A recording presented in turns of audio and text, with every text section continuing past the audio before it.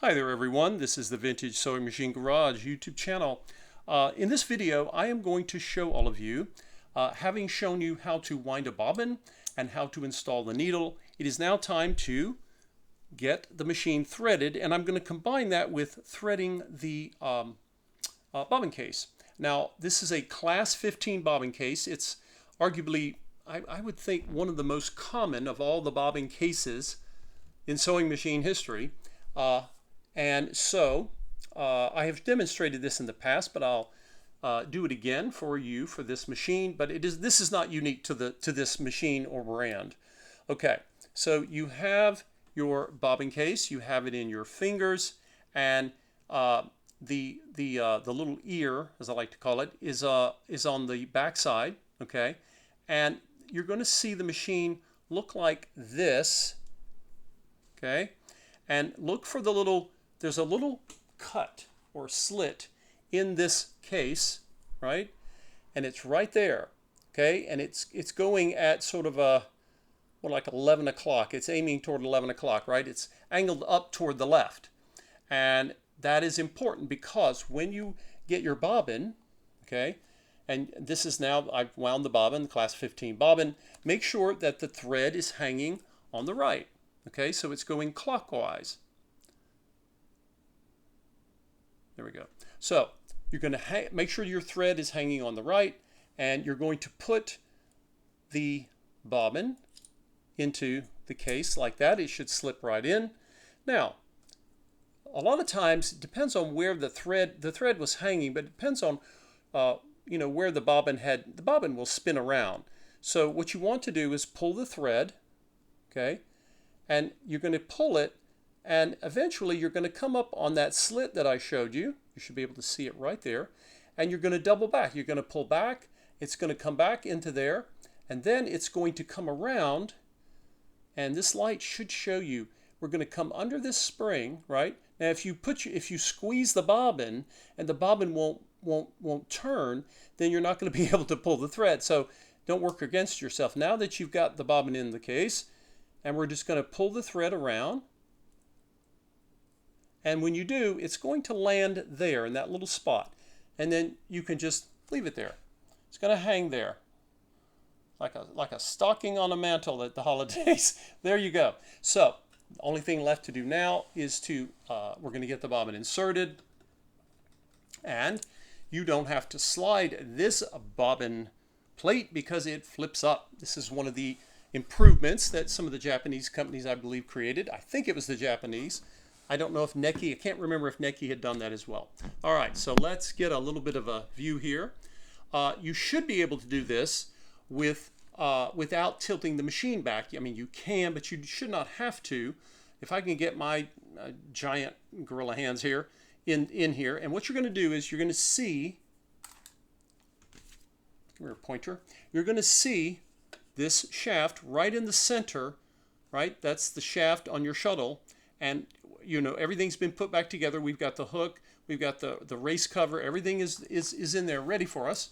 So we're going to take the case and we're going to put the center, right? You've got remember the bobbin, there's a hole there, and so we're going to take this and we're going to line that up with that shaft in the middle of the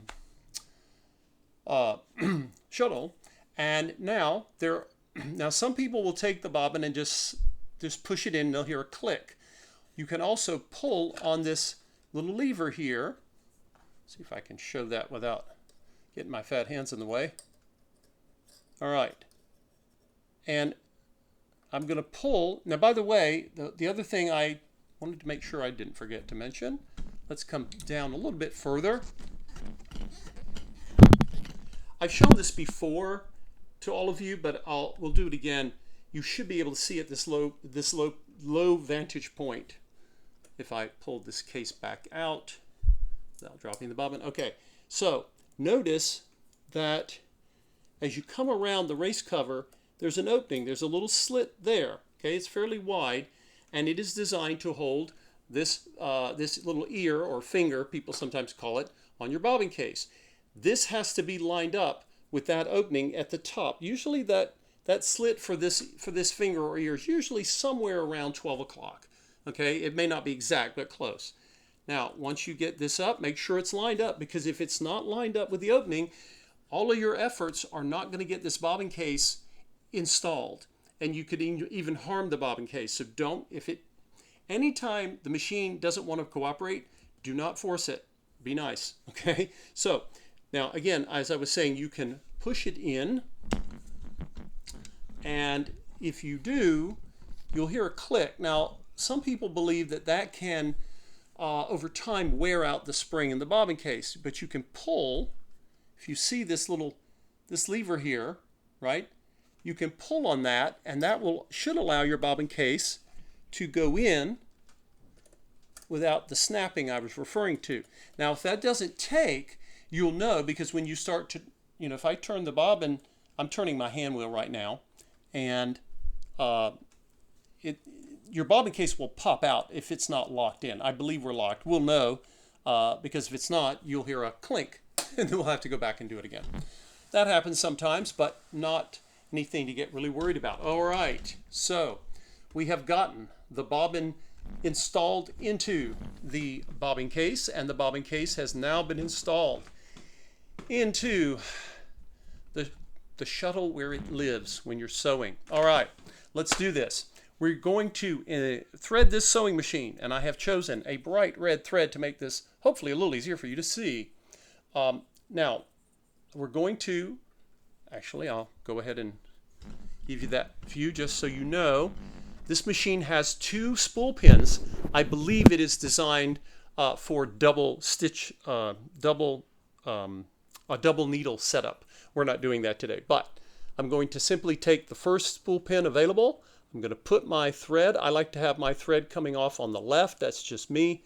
And again, I'm going to come over and give you guys a zoom so you can see again. I think I did this with the when I was doing the bobbin winding video.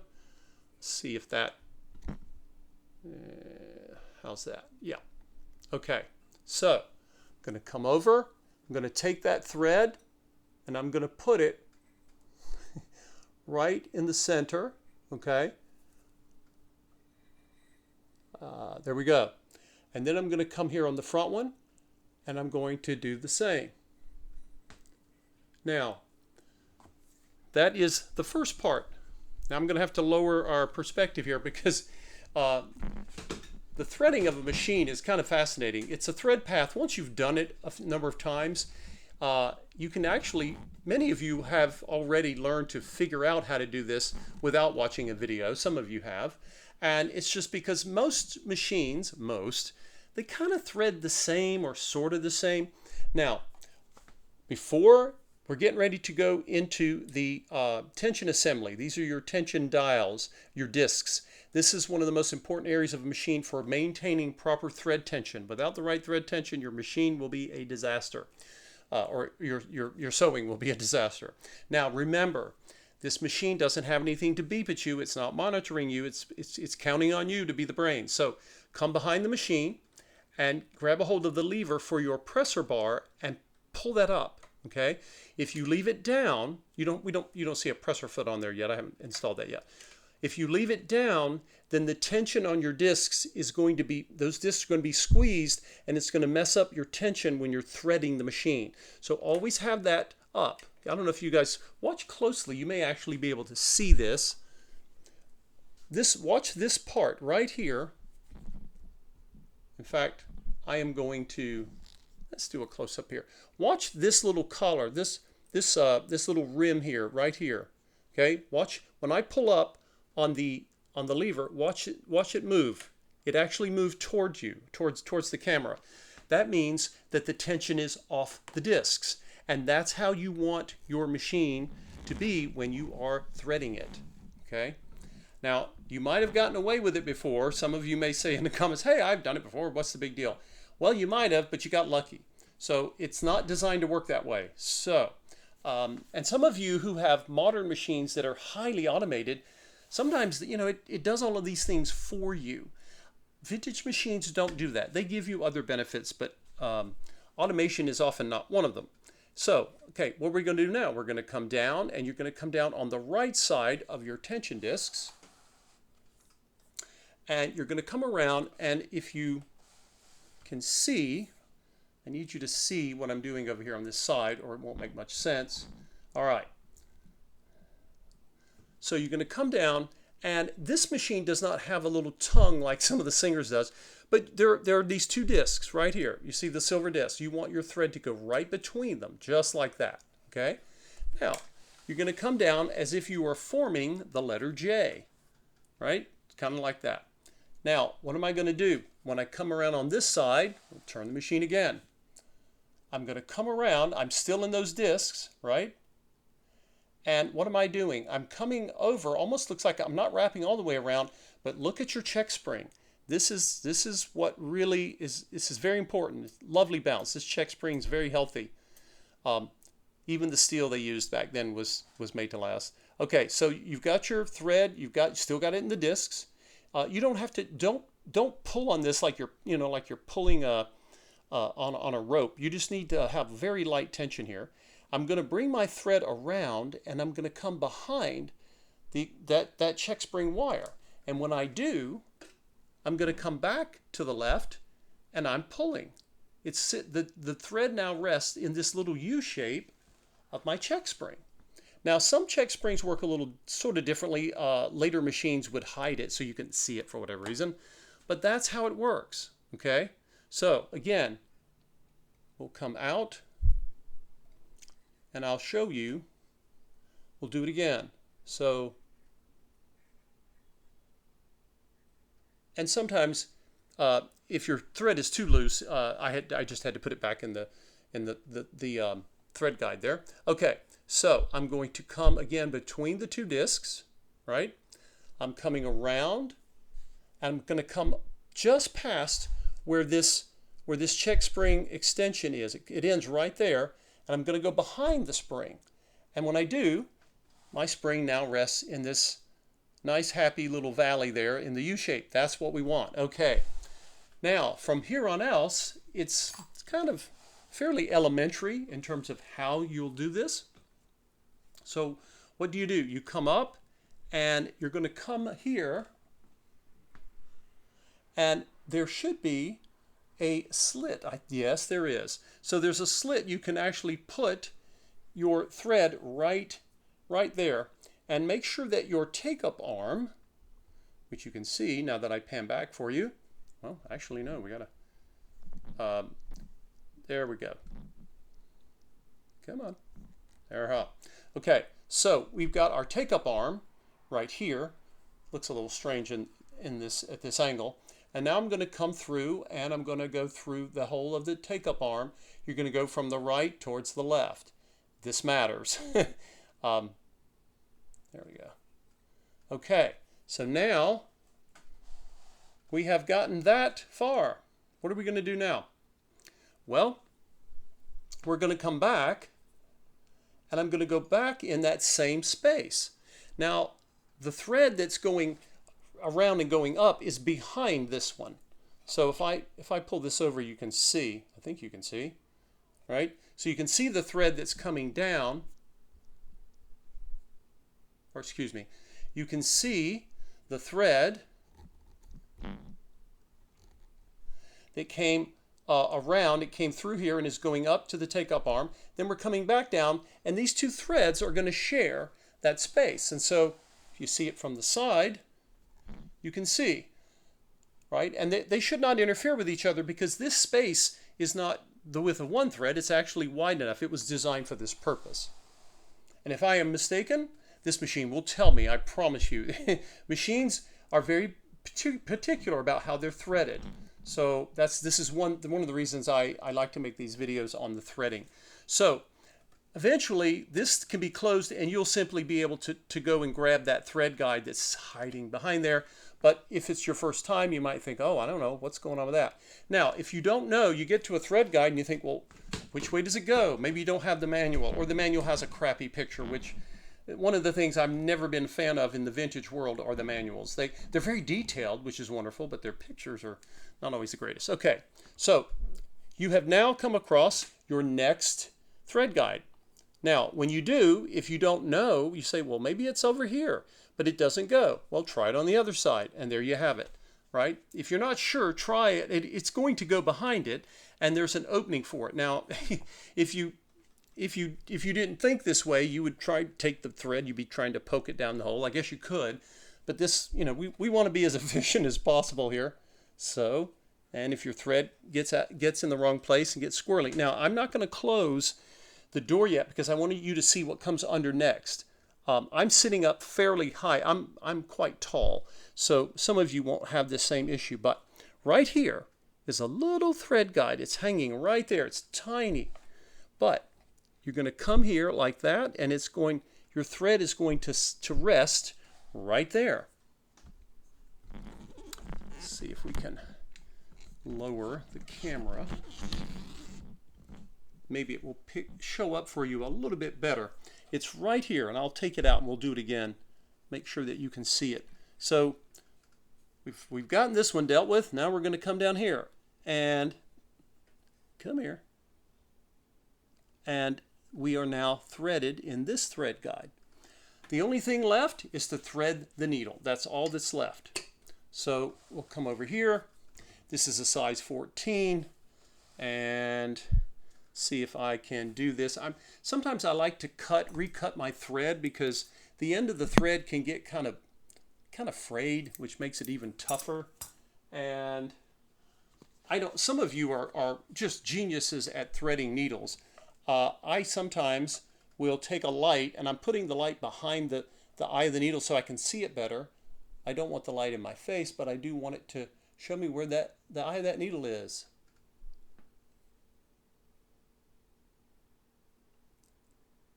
The only thing more exciting than watching someone thread the needle is watching grass grow, perhaps, paint dry.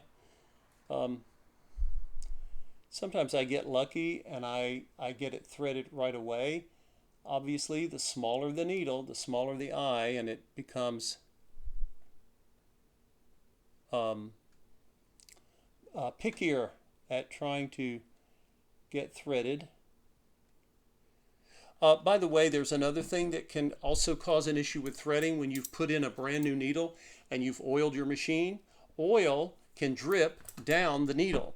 And if you get oil in the eye of the needle, well, that's something that's going to grab a hold of your thread and make it a little sticky. So I only know that because it has happened to me. There we go. Haha. All right. Now, because we have not lowered the presser bar, when you pull on the thread to get your needle threaded, you might think, oh, maybe my tension's too loose. Not yet, because you haven't really put the thread under the tension discs yet. The tension discs are disengaged, remember. So, if that happens to you, don't immediately think you've got the wrong tension, right? This tension is currently, I hadn't even adjusted the tension yet, so I've got it at 3, right? But still, it's moving fairly smoothly. What do we have left to do here? We got to lower, and we're going to pull. If we can, there it is. There's our bobbin thread. All right. So we have our bobbin thread. Come here, bobbin thread. You're wanting to do your own thing. There we go. Now, all that's missing is the presser foot, folks, which I will add, but that is how you thread the white 568 and a very large number of white models. It could be the 565. It could be, I'm going to list models under these videos. When I place videos on this machine, I'm trying to add more tags for all the different models when I'm aware of them. So maybe you have a model that's got a slightly different number, but it threads similarly. You could still use this video. Anyway, I hope this was helpful. It was because of comments from all of you that said, hey, could you please show us how to thread the machine? And of course, sometimes the machines are gone. They found new homes. So I've really tried to remember that just because I know how to thread the machine, many of you may not have the manual. And it is important because one missed thread guide, one misdirection, and you're kind of, you're dead in the water there until you can get it threaded properly. But once you do, We are almost there, everyone. We are almost ready to see if this machine that I rescued because someone was frustrated with it, couldn't get it to sew, we're going to see if it's actually going to come back to life. So stay tuned in the next video, and we'll see what happens. I make no promises, but we'll see. I've got my fingers crossed, and I hope that I've done everything I can think of, and we'll see how it works out together when I see you next time. Take care, everyone.